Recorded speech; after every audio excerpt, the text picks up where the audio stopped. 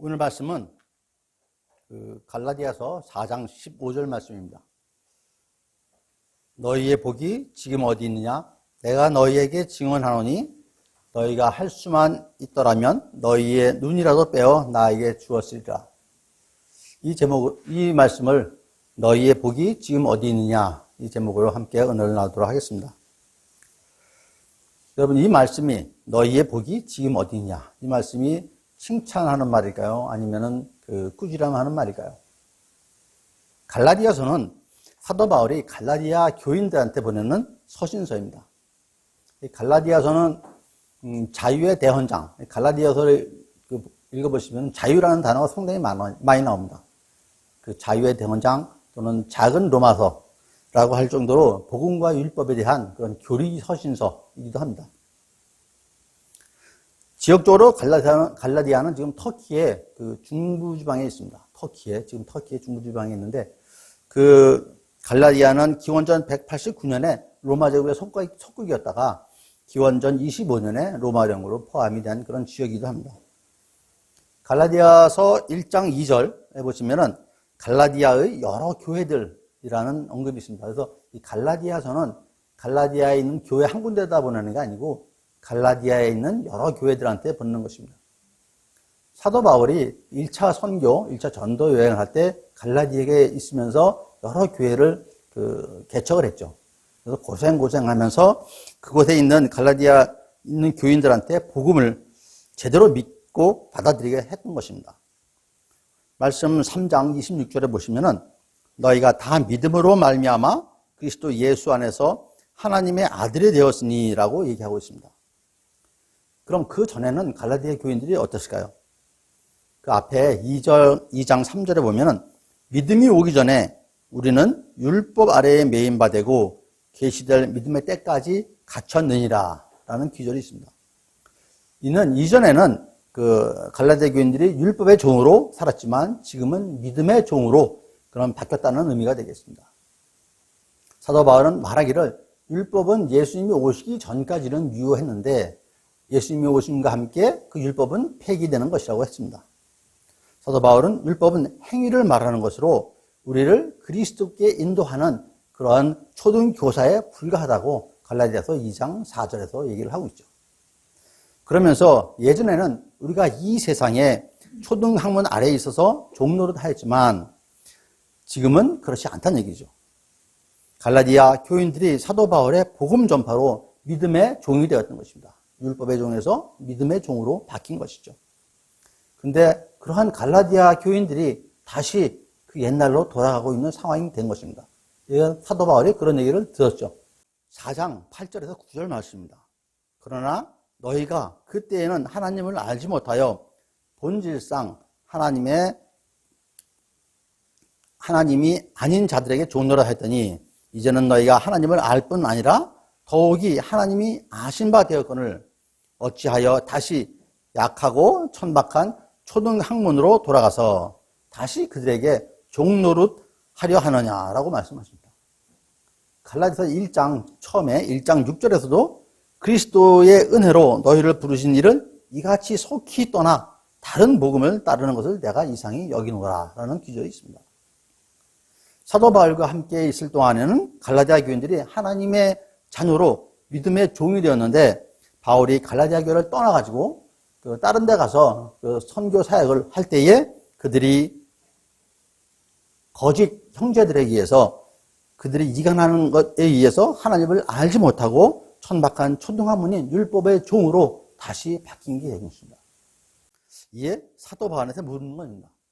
돌아선 갈라디아 교인들한테 사도 바울이 묻기를 너희의 복이 지금 어디 있냐라고 물어보시죠. 4장 20절에 보면은 내가 이제라도 너희와 함께 있어 내 원성을 높이려 함은 너희에 대하여 의혹이 있음이라고 했습니다. 여기서 사도 바울이 언성을 높이겠다는 얘기를 하는데 이 얘기는 지금 내가 딴 데서 얘기를 들어가지고 갈라디아 교인들한테 편지를 쓰지만 내가 지금 갈라디아에 있다 치면은 여러분들한테 언성을 높여서 얘기했을 것이다 라고 하는 얘기입니다. 근데 이 언성을 높이라는 얘기가 우리가 통상 생각하고 있는 화를 내고 업사이트 돼가지고 막 야단을 치고 그러는 게 아니고, 영어 성경에는 언성을 높이다가 어떻게 번역이 되냐면은 change my tone으로 되어 있습니다. 목소리를 바꾸는 거죠. 톤을 바꾸는 겁니다. 톤을 올리는 게 아니고 톤을 바꾸는 겁니다.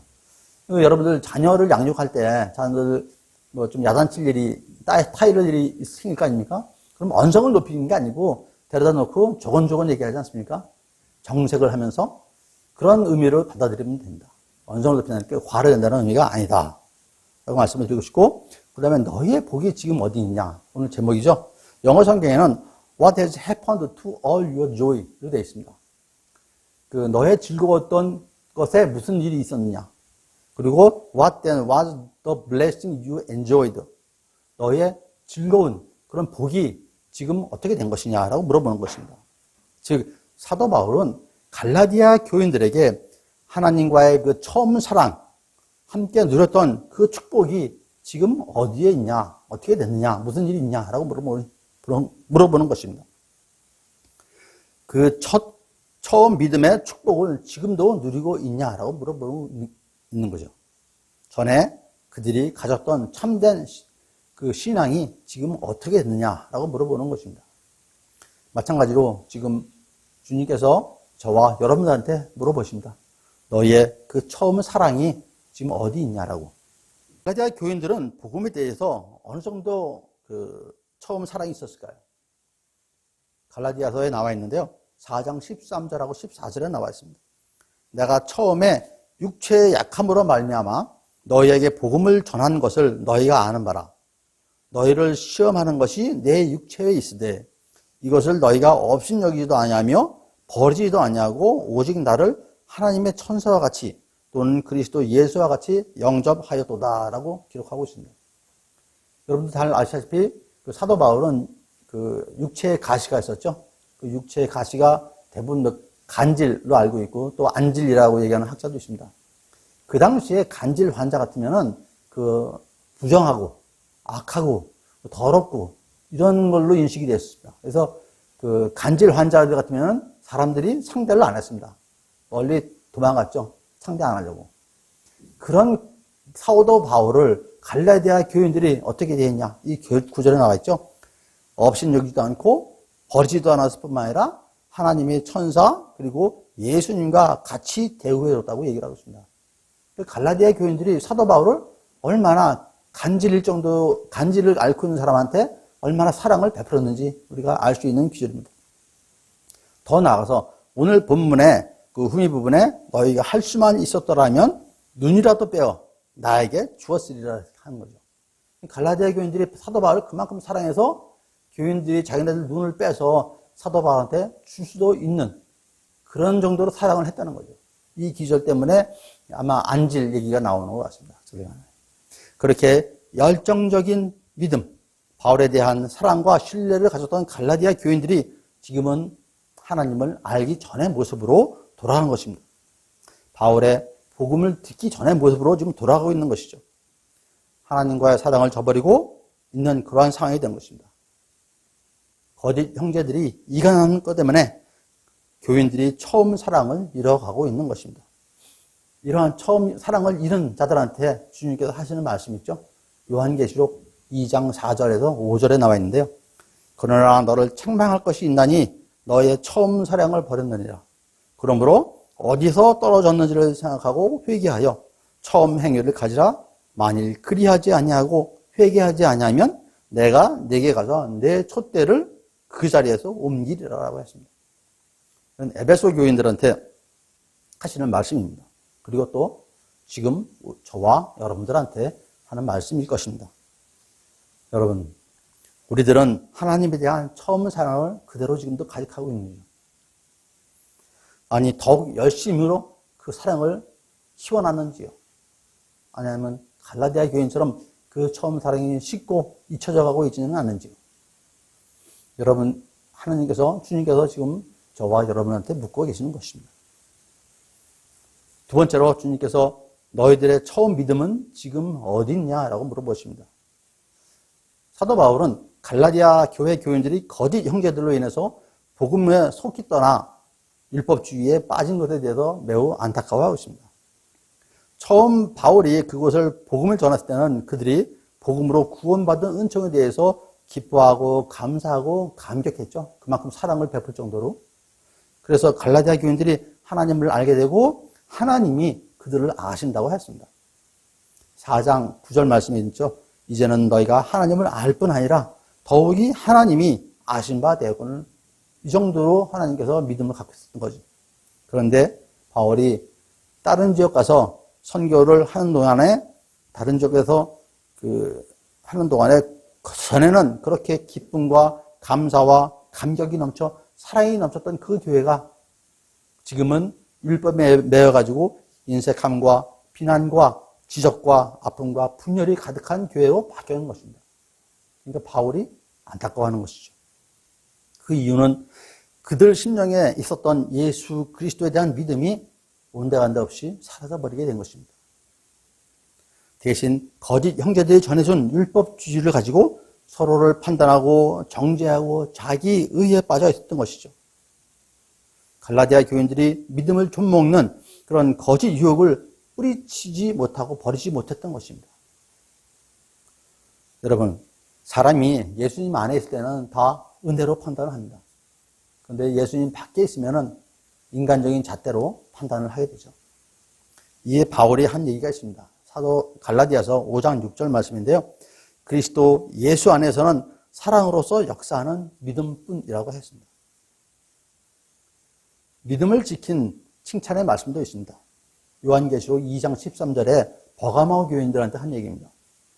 내가 내 이름을 굳게 잡아서 내 충성된 증인 안디바가 너희 가운데 곧 사탄이 사는 곳에서 죽임을 당할 때에도 나를 믿는 믿음을 저버리지 아니하였도다라고 했습니다. 여러분, 믿음을 지키는 삶은 또한 버리는 삶, 포기하는 삶이기도 합니다. 아닌 것을 버리고 아닌 것은 포기해야 합니다.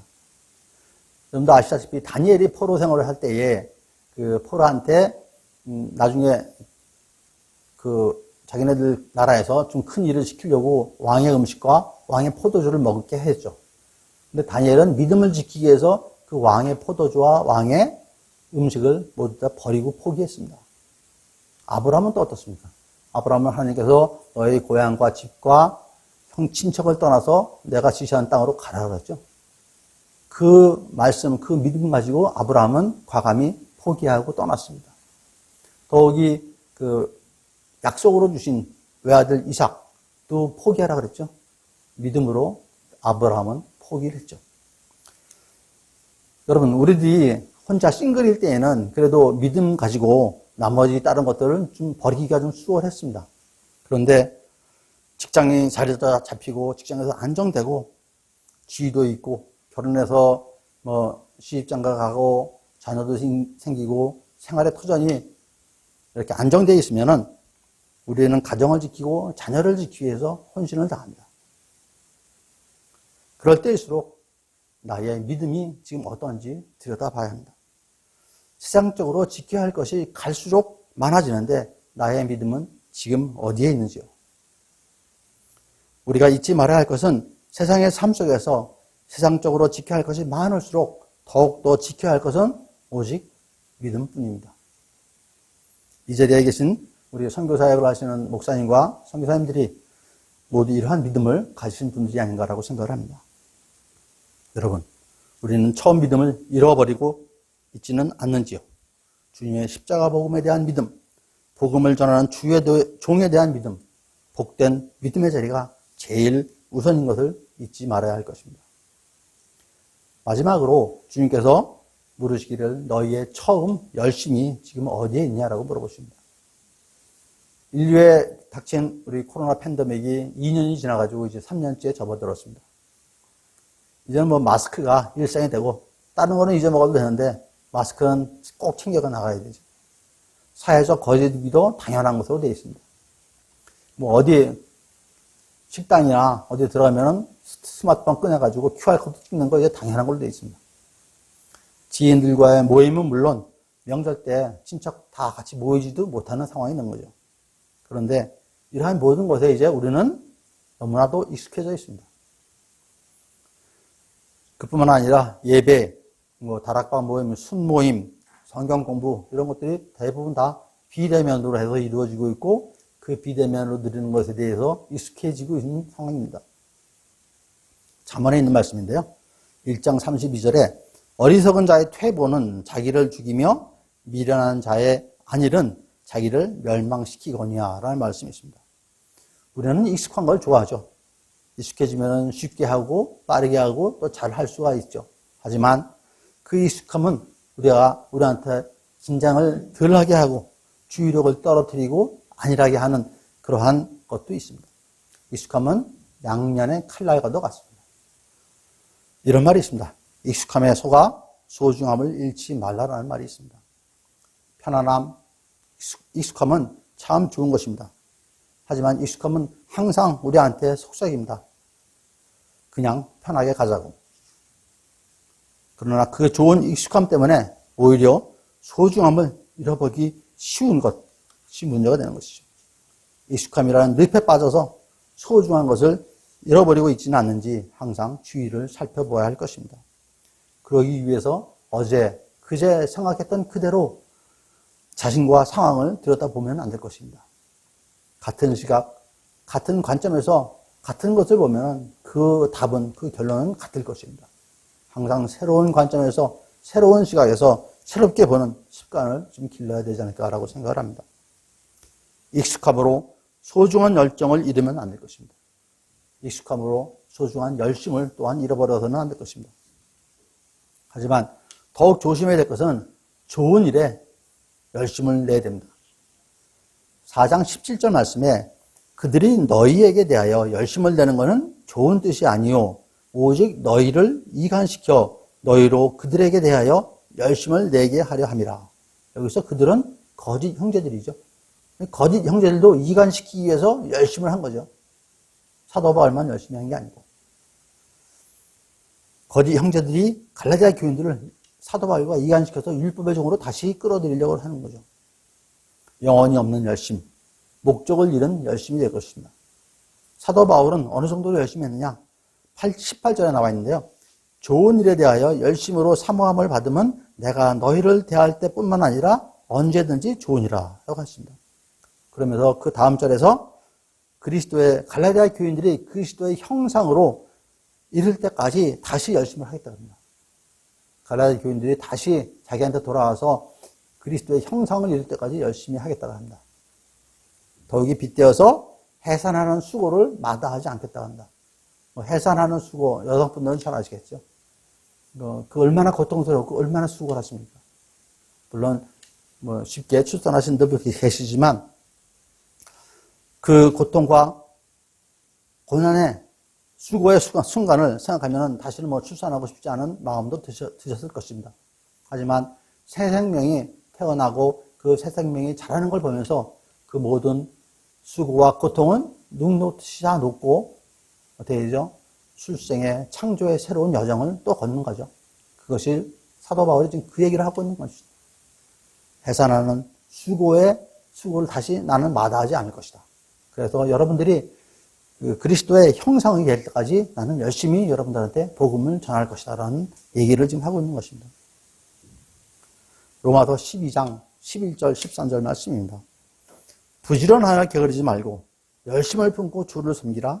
소망 중에 즐거워하며 환난 중에 참으며 기도에 항상 힘쓰며 성도들의 쓸 것을 공급하며 손대접하기를 힘쓰라라고 했습니다. 이 말씀에 크게 세 가지가 있는데 열심으로 주를 섬기며 기도와 손대접에 힘쓰라고 합니다. 손대접은 그냥 섬기는 게 아니고 좀 더 차원이 높은 손대접입니다. 오늘 시간 관계상 다 말씀을 못 드리고 다음에 기회가 있으면 또 말씀을 드리도록 하겠습니다.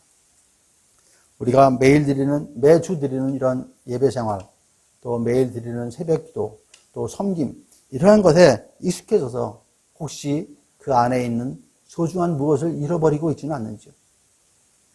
그 익숙함에 뜨거운 마음을 잃고 계시지는 않은지요. 그 익숙함에 뜨거운 열정을 잃고 계시지는 않는지요. 주님께서 오늘 저희들한테 물어보고 계시는 것입니다. 오늘 세 가지를 말씀을 드렸는데요.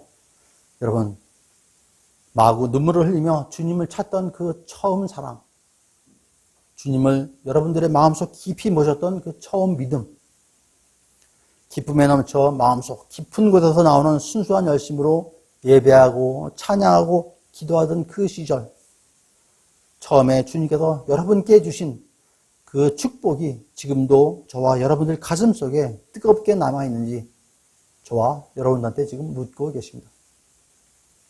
주님의 물음을 묵상하면서 보내는 은혜의 한 주간이 되시기를 축원드립니다. 그러한 주님의 축복이 여러분과 저에게 항상 함께 하시기를 간절히 축원드립니다. 네, 기도드리겠습니다. 사랑의 하나님 아버지, 오늘도 은혜로 예배드림에 감사드립니다. 주님의 말씀 항상 마음속 깊이 간직하며 삶 속에서 주님에 대한 사랑과 믿음을 힘써 드리는 저희들 되도록 인도하여 주시옵소서. 거짓과 죄악이 넘쳐나는 세상에서도 오직 주님께 대한 처음 사랑과 믿음을 지키는데 열심으로 힘쓰며 살기를 다짐하는 시간 되게 하여 주심에 감사드립니다.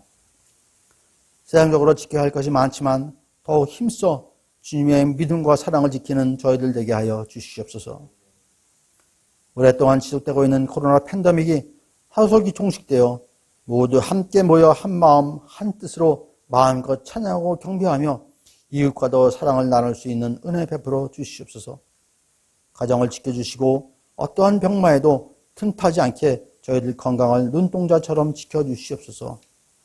항상 주님께서 저희들을 지켜주시고 인도하여 주시려 믿사오며 이 모든 말씀은 사랑의 우리 구주 예수 그리스도의 이름으로 감사히 기도드렸사옵나이다.